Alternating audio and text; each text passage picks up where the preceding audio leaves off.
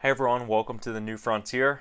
My name is Abe Aldrin, and today we are talking about transgender surgery bans, specifically children transgender surgery bans. This trend has really taken off across America just in the last week. 8 states have taken up bills on the House floor, on their House floors respectively, to discuss whether or not children should be able to undergo gender reassignment surgeries and or receive prescription drugs for chemicals like testosterone and estrogen to either block puberty or assist with gender reassignment.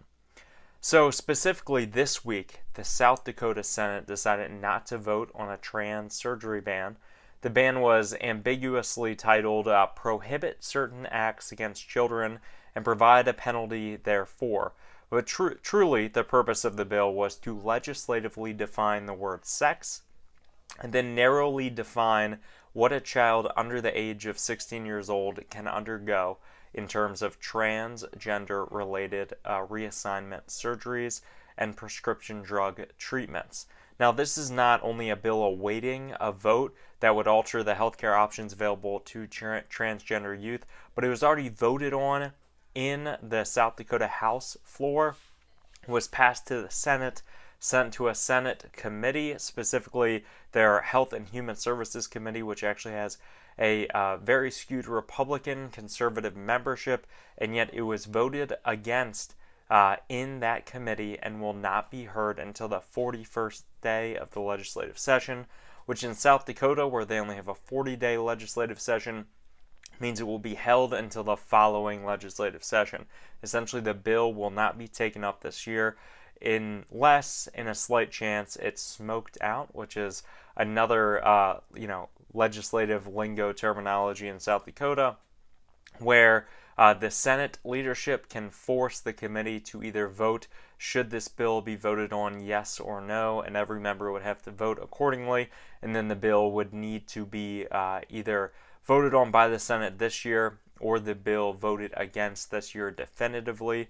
And because most of the members of the committee are Republican, it's likely they would vote that the bill needs to be voted on, because they would have to really live up to likely what their constituent base, the Republican constituent base, wants, and that would be supporting this bill. Now, this bill in particular is one of 8, like I said. Florida, Oklahoma, South Carolina, Missouri, West Virginia, Kentucky, and Colorado stated just in the past week or so that they will also be hearing similar legislation. I believe the next in line to hear a bill is, I want to say it's Colorado and Oklahoma are next up in terms of when their bills will be heard or reach committee for at least an intermediate vote. Now, this bill in particular, South Dakota House Bill 1057, which we'll be referencing today to explain how this legislation works, is a bit of an insight to how legislators react to this type of legislation once it's actually in their hands. A lot of legislators talk about transgender rights and just the trans community in general online in places like Twitter and on podcasts, but once there's actually an opportunity to vote on bills, things change quite quickly. This bill in particular is extremely straightforward. It's easy to understand, and rightfully so, it's extremely short.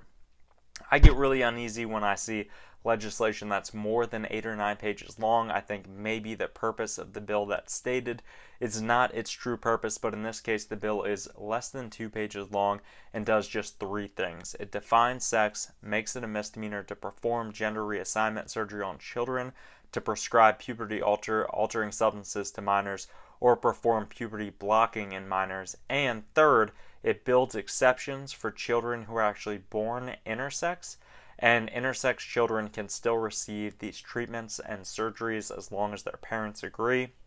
And whenever we discuss children in this bill, minors in the bill are those that are 16 years and younger.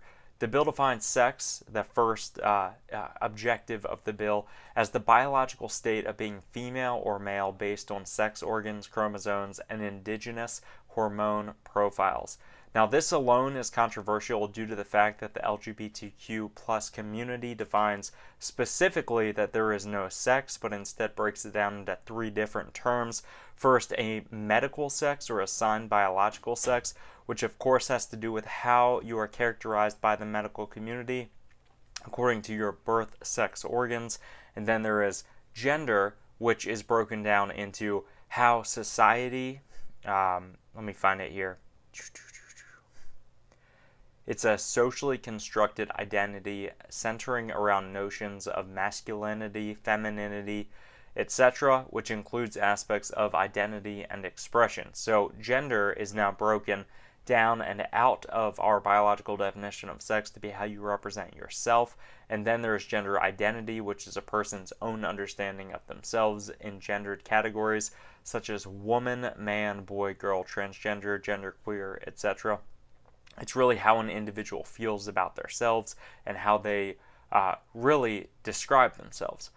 In the transgender community does not want the legislature to come down and define certain key terms that relate to their community, because it does corner them and their beliefs, and a lot of times it undermines what the LGBTQ community stands for by defining their words out of their definitions.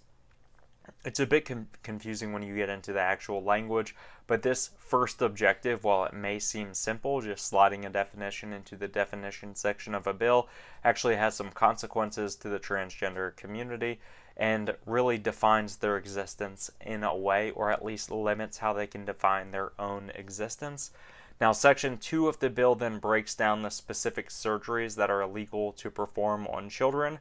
This includes castration, which is surgically or chemically removing the use of testicles, vasectomies, which is surgically preventing sperm from reaching the semen that leaves the body, hysterectomies, which is removing a woman's uterus, oophorectomy, which is removal of both ovaries, medioplasty, which is using enlarged clitoris from testosterone boosting to supplement into a form of a penis-like organ, and then orchiotomy, which is removing the testicles, penectomy, which is removing the penis, phalloplasty, which is constructing a new penis, and vaginoplasty, which is the creation of a new vagina, and also the performance of a mastectomy, which is the removal of the breasts on children under 16.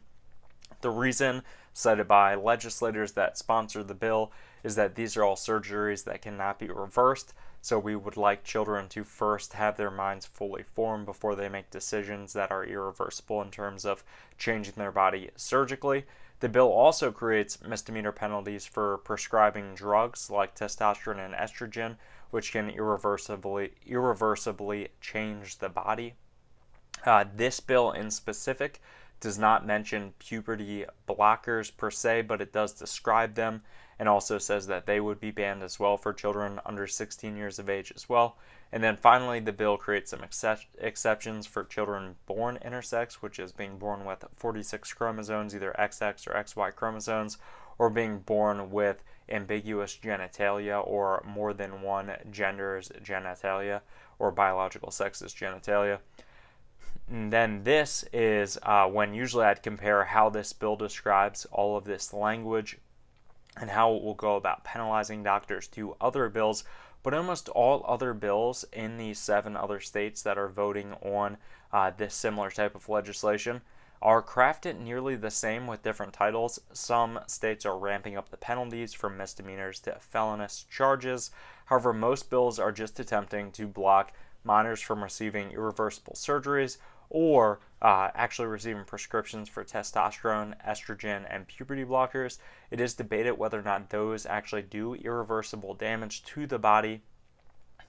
Damage only being damage if you did not want that to occur later in life, or whether or not they are reversible. And many LGBTQ communities believe this limits the healthcare rights of transgender people, whereas many people who agree with this legislation believe this is just simply defining sex and protecting children from what could be just a thought they have in their youth and would regret if they underwent such surgeries when they get older. Let me know what you think about the legislation, and most importantly, Let your legislators know what you think about this legislation, because they can't do their jobs unless they know what you think about these bills. It's their job to represent you, and the only way a representative democracy can work is if you understand this legislation enough to form opinion about it, and then let your legislators know what you think about this legislation. Once again, if you live in Florida, Oklahoma, South Carolina, Missouri, West Virginia, Kentucky, or Colorado, these are bills that will be affecting your legislature soon. And if you do not live in one of those states, you can still let your local House rep or senator know that this is something you want your state to consider or not consider in the future. Sorry about the mispronunciations, tripping over my language in this video. I've been extremely ill the last few days with a sinus infection. I think everyone in my house is sick right now.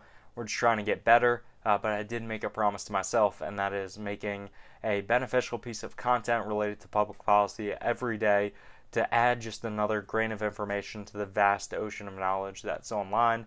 And I hope this does that, even if the pronunciation of my words and probable lisp from my blocked sinuses doesn't affect that too much. I really enjoy making these videos. Make sure you subscribe, and you can always jump over to Twitter and follow me at @newfrontier_ to participate in conversations I have with influencers online and representatives about this very legislation.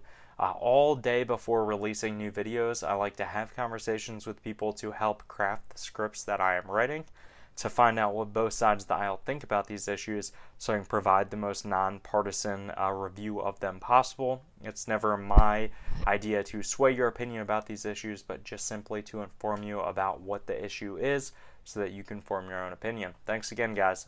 Love it. Bye.